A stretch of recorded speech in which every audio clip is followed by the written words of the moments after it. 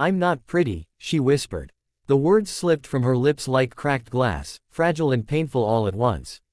The dusty reflection in the old general store's window showed a girl with tired eyes, a hand-me-down dress that never fit quite right, freckles she tried to hide with powder scraped from the bottom of a tin, hair she always kept pinned tight because someone once told her wild curls were too much.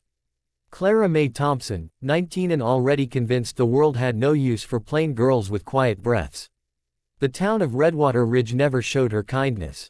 Folks admired the preacher's daughter with golden braids, the banker's niece with silk ribbons, the ladies with shiny smiles and shoes that never caught mud. Clara learned early that she was background scenery, useful only when work needed doing. She stacked flour sacks, she hauled water, she stitched clothes for other girls to twirl in, knowing she'd never be the one spinning under lantern light. As she turned from the window, her eyes caught the figure of a man stepping out of the saloon across the street. A cowboy, tall enough to make the sky nervous. Broad shoulders that looked carved from stubborn rock, a weathered coat, hat pulled low like he had secrets tucked beneath the brim. His boots moved with the slow confidence of someone who had stood inches from danger and didn't flinch. Sam Coulter. Drifters knew his name like a rumor, ranchers spoke it with respect, lawmen spoke it like a warning. Sam didn't care for crowds or questions. He rode into towns, worked just enough to keep moving, then rode away before anyone learned who he really was. No one knew the story behind the scar crossing his knuckles or why his eyes sometimes looked like they were searching for someone long lost. Clara should have looked away. Cowboys like that never noticed girls who tried not to take up space. Yet his gaze found hers across the street. Not a passing glance. Not the kind men give when they want something. His look landed soft, curious, like he was measuring the weight of the sadness she tried so hard to hide. It startled her so much she spun back around, pretending to study a jar of penny candy she couldn't afford. Her heart stumbled in her chest. She knew better than to hope. Then the store door jingled. Heavy bootsteps approached behind her. She froze as his shadow stretched beside her own. Sam didn't speak at first. He just looked at the same reflection she had moments earlier. The silence pressed close, filled with dust and breath and the quiet truth that nobody chooses the life that hurts them. Clara gathered courage like crumbs and whispered the thought she never meant to say aloud again. I'm not pretty. Sam finally turned toward her. Those gray eyes weren't judgment or pity. They held the storm and the calm after it. That's fine, he replied, his voice low as a worn saddle but steady enough to build trust. I need honest, not fancy. Clara blinked. The world forgot to breathe. His words weren't poetry. They were real, raw, a rope thrown into dark water. She didn't know if she should grab hold or run. Sam tipped his hat slightly, almost shy, as if he didn't know the effect he had. You work here? Yes, she murmured. I help out. He nodded. Hard worker then. Hard workers carry the world when pretty folk just pose for it. She let out a tiny laugh she didn't expect. It surprised them both. Sam's lips curved like sunrise peeking over canyon walls. Clara Mae, Mr. Hutchins, the shopkeeper, called from behind the counter. Quit dawdlin' and fetch this gentleman whatever he needs. Clara startled into motion, nearly bumping a barrel on her way to Sam's side. Sam stepped closer, whispering so only she could hear, walk easy, darlin'. No reason to rush for anyone. Who don't appreciate you. Electricity hummed through her ribs. Nobody talked to her like she mattered. Nobody saw her like she wasn't hiding. She glanced up, cheeks warming. What do you need, sir? Just passin' through, he answered. Lookin' to put in some honest work for a few days. He paused. Maybe longer. Mr. Hutchins scoffed under his breath. Plenty of drifters say that. None stay long enough to finish a job. Sam's jaw flexed. He had that look of a man who finished everything he started, even if it broke him. Clara wished Mr. Hutchins would stop talking before Sam walked right back out the door. The cowboy turned to her again. You think there's any decent work in this town for a man who knows horses better than people? Clara nodded, trying not to sound eager. The Walker Ranch. They always need help. Cattle drive comin' soon. Sam's gaze warmed with gratitude. Then I reckon that's where I'll start. Mr. Hutchins snapped, she ain't paid to chat. Stocks need movin'. Clara's shoulders sank. Sam frowned at the insult, but she already reached for the flour sacks. One slipped. She braced for the thud, but Sam's hand caught it with effortless strength. He didn't show off. He just helped, gently setting the sack aside like it was made of glass, not grain. You shouldn't have to lift what other folks refuse to, he muttered. Mr. Hutchins rolled his eyes. City boy attitude. More like respect, Sam countered, voice cool as river stone. Hutchins grumbled and retreated to the back room. Then it was just Clara and Sam again, heartbeat loud in the quiet. Sam leaned closer. Don't let anyone make you feel small. You hear? Her throat tightened. I try. Keep trying. You're worth more than you think. She didn't know what to do with those words. They didn't fit her world. You don't even know me, she whispered. I know enough. He tapped his chest lightly. I can feel truth when I see it. Before she could respond, a stagecoach rumbled past the window, splattering mud against the glass. Sam cleared his throat. Meet me tonight at Walker Ranch. I'll need someone to show me where it is. Clara blinked again, stunned. Me? Unless there's another Clara I ain't aware of. He smiled. I trust you. That sentence wrapped around her heart like a lasso of hope. He turned and walked out, sunlight outlining him like a promise. Clara watched until he was just a dust trail in the distance. Honest, not fancy. Someone wanted her, exactly as she was. She placed a hand over her chest to keep her heart from racing off after him.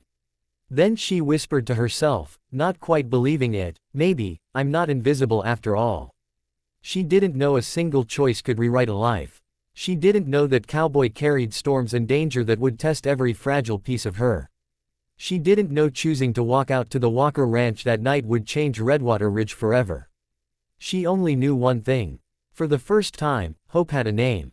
Sam Coulter. Night draped itself over Redwater Ridge, a velvet hush broken only by crickets and far-off coyotes bragging at the moon.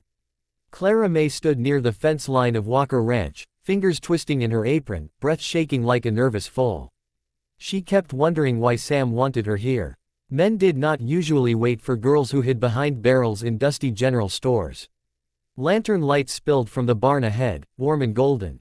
Inside, she heard horses shifting, and a soft voice humming low. Sam. Clara's heart fluttered like a trapped moth. She stepped closer, boots crunching on hay. Sam turned, brushing his gloves against his jeans. The moment he saw her, his face changed. The world loved to tell Clara she was forgettable, but Sam looked at her like she was the most certain thing he had seen in years. You came. 3 small words, carrying more weight than the ranch gates behind him. She nodded. You asked. Sam's smile grew slow, like dawn climbing a mountain. I ain't used to people showing up when I ask for company. Maybe you've been asking the wrong people, she replied, surprising herself with the spark in her voice. Sam chuckled, soft but pleased. He motioned her forward, leading her into the barn where a chestnut horse stood saddled. This here's Boone. Smart, stubborn, hates lies more than I do. The horse snorted as if confirming the insult. Sam stroked Boone's muzzle. Folks at Walker Ranch asked me to prove I can handle a night ride with the herd. They think a drifter's only good for half a job. Clara swallowed. Are they wrong? Sam met her eyes with that unshakable steadiness. I finish what I start. No matter how rough the trail. Something unspoken passed between them.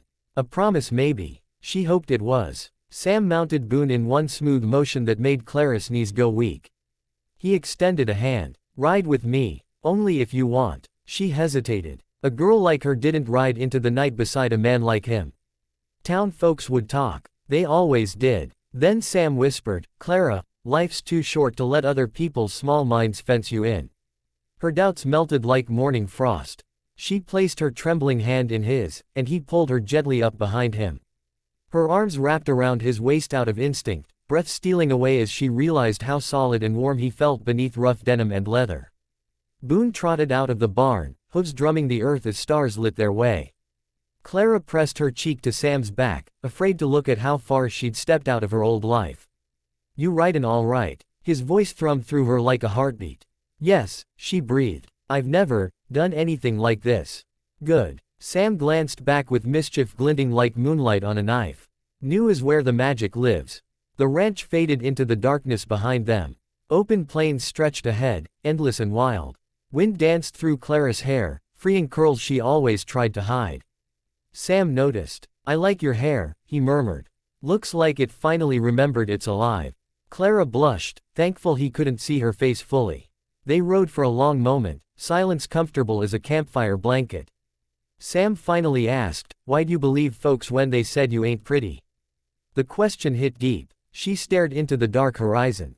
Because it's easier to believe the world when it tells you who you are, than argue alone. Sam slowed Boone to a walk. Then he reached back, taking Clara's hand where it clutched his shirt. "I ain't pretty either," he said. "I'm all scars and trouble." "You're handsome," she whispered before she could stop herself. Sam laughed once, a low, disbelieving sound. "Ain't about looks anyway. Real beauty's a truth most people too scared to show." Clara leaned closer, drawn to the gravity of his words. "What's your truth?" Sam's jaw tightened. "I've hurt people I cared about. Failed people who needed me. My truth ain't shiny. It's honest," she whispered. "Honest counts." Sam turned his head just enough that she saw the raw gratitude in his eyes. He opened his mouth to reply when Boone suddenly shied sideways, snorting. Sam stiffened. "Hold tight." A rustling sound crept from the brush, followed by harsh whispers. Clara's pulse hammered. Sam's hand drifted toward the revolver holstered at his thigh. Shadows moved. 3 figures emerged, rough men with bandanas and hungry eyes. Well, the tallest sneered. "Look what wandered into our night." Sam shifted Boone, placing himself between the strangers and Clara. "We ain't lookin' for trouble." The man grinned. "Trouble ain't something you look for. Trouble's something that finds fools who cross the Keller gang's trail." Clara gasped. Sam's eyes narrowed. "Bank robbers. Winners," the man corrected. Then his gaze dropped to Clara, crawling over her like grease. "Pretty little thing you got there." Clara flinched behind Sam. "Don't," Sam growled, voice flat as death's handshake. "She's with me. Relax, cowboy. We only take what we want. You touch her," Sam said, hand inching toward his gun, "you won't leave this dirt." For a heartbeat, no one moved. The night waited, breath held. Clara trembled, clutching Sam with every ounce of fear she owned. The leader laughed abruptly. "Brave talk for a drifter." Sam's eyes turned into wolves. "Brave truth." The wind carried the promise of violence. Boone pawed the ground. Clara's heart prayed. Sam's fingers curled around his weapon. Then steel flashed under the moonlight. The first bullet would decide everything.